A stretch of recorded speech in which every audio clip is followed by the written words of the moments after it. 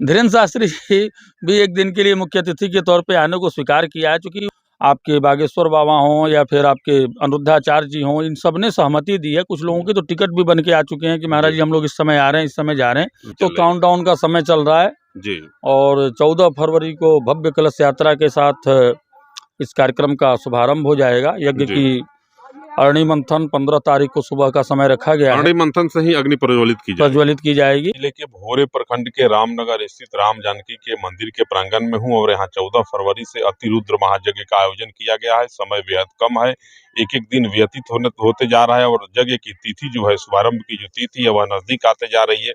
आप देख सकते हैं मेरे पीछे चारों तरफ जो है पूर्ण रूप से तैयारी चल रही है। चारों तरफ बांस बल्लों से घेरा जा रहा है, बैरिकेटिंग की जा रही है। दूर तक जहां तक आपकी दृष्टि जाएगी तैयारी जो है युद्ध स्तर पे चल रही है। एल्वेस्टर से चारों तरफ से घेरा जा रहा है, जेसीबी से साफ सफाई का कार्य चल रहा है। बगल में आप देख सकते हैं बैरिकेटिंग बनाया जा रहा है। एक तरफ पुरुष बैठेंगे और एक तरफ श्रद्धालु पुरुष श्रद्धालु बैठ करके और महिला श्रद्धालु बैठ करके भागवत कथा का श्रवण करेंगे। इस जगह के जो मुख्य आयोजक हैं परम पूज्य महंत हम लोगों के साथ हैं। मैं नाम नहीं ले सकता हूं महंत जी का, इनसे बात करेंगे और जानने का प्रयास करेंगे कि किस ढंग से तैयारी चल रही है। समय बेहद कम है और इस अल्प समय में किस प्रकार की तैयारी चल रही है, कौन कौन लोग आ रहे हैं, किनका कार्यक्रम फाइनल हो चुका है। बहुत दंडवत, बहुत प्रणाम महाराज जी। जय जय जय जय। आपके और आपके सभी दर्शकों को बहुत सारा साधुवाद। समय तो बेहद कम है, अब मात्र कुछ दिन शेष बचा है। 14 फरवरी से इस विशाल महायज्ञ का एकदम जो है शुभारंभ होने जा रहा है। किस प्रकार की तैयारी अब तो काउंटडाउन का समय चल रहा है जी और 14 फरवरी को भव्य कलश यात्रा के साथ इस कार्यक्रम का शुभारंभ हो जाएगा। यज्ञ की अरणि मंथन 15 तारीख को सुबह का समय रखा गया है। अरणि मंथन से ही अग्नि प्रज्वलित की जाएगी जी। तो 15 तारीख को है भगवान की प्राण प्रतिष्ठा का समय। 16 तारीख से प्रतिष्ठा की प्रक्रिया शुरू हो जाएगी।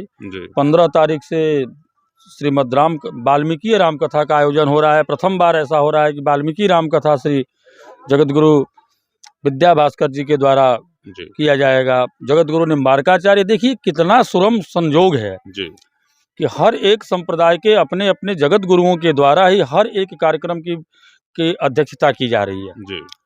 भागवत कथा तो निम्बारकाचार्य, जो राधा कृष्ण की परंपरा को, जो राधा कृष्ण की उपासना करने वाले लोग हैं, उनके जगत गुरु वही हैं, तो उनके द्वारा भागवत कथा।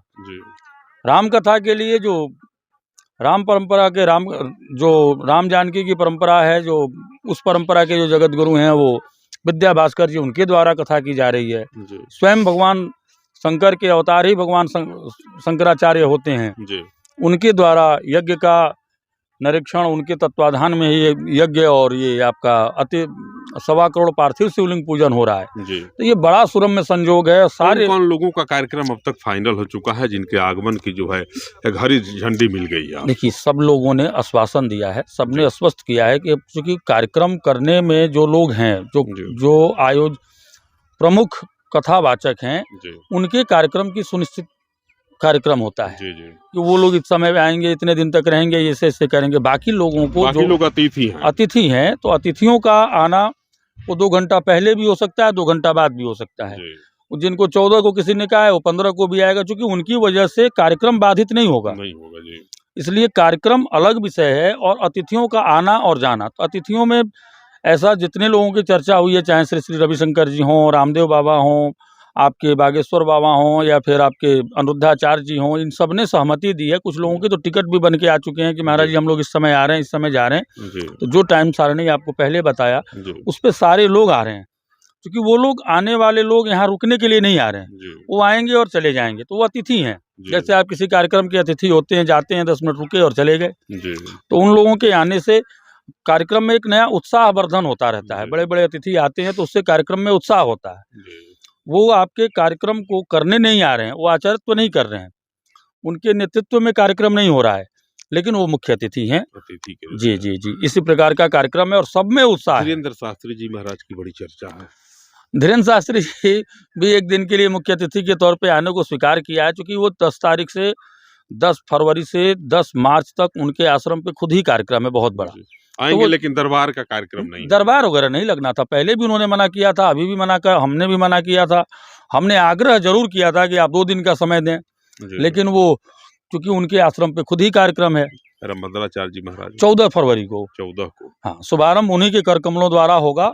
जी। भाई हमारे रामानंदाचार्य जगत गुरु श्री रामभद्राचार्य जी 14 तारीख को पधारेंगे, जिनके कर कमलों द्वारा इस यज्ञ का शुभारंभ करके और पुनः वो चले जाएंगे। 14 को आगे महाराज की बड़ी भूमिका दिख रही है, सबसे बड़ी भूमिका है। वह प्रेरक भी हैं, प्रेरणादायी भी हैं और क्षेत्र के भाई हमारे राजा हैं।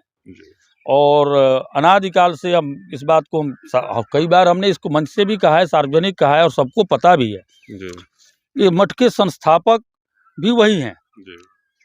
हथुआ से पहले जब यह राज्य कल्याणपुर हुआ करता था तो कल्याणपुर के प्रथम राजा महाराज कल्याणमल जी थे, उनके द्वारा इस मठ का प्रथम स्थापना किया गया। हमने उनसे कल निवेदन किया कि एक ऐसा शिलालेख भी बने ताकि इसकी प्राचीनता दिखे। नया निर्माण हो जाने से इसकी प्राचीनता समाप्त हो जाएगी, लोग समझेंगे कि अभी कुछ दिन पहले किसी ने बनवाया होगा। तो हमने एक शिलालेख के लिए भी उनसे निवेदन किया है कि एक शिलालेख बने जिस पे ये लिखा जाए कि महाराजा कल्याणमल जी के द्वारा इस मंदिर का निर्माण अमुक सन में हुआ, जिससे ये प्रमाणित हो कि ये 700 साल 800 साल पुराना मंदिर है। जिला प्रशासन की तरफ से क्या सहयोग मिला? जिला प्रशासन कल पूरा जिला प्रशासन कल बड़े तन्मयता के साथ और बड़े उत्सुकता के साथ सहयोग कर रहा है।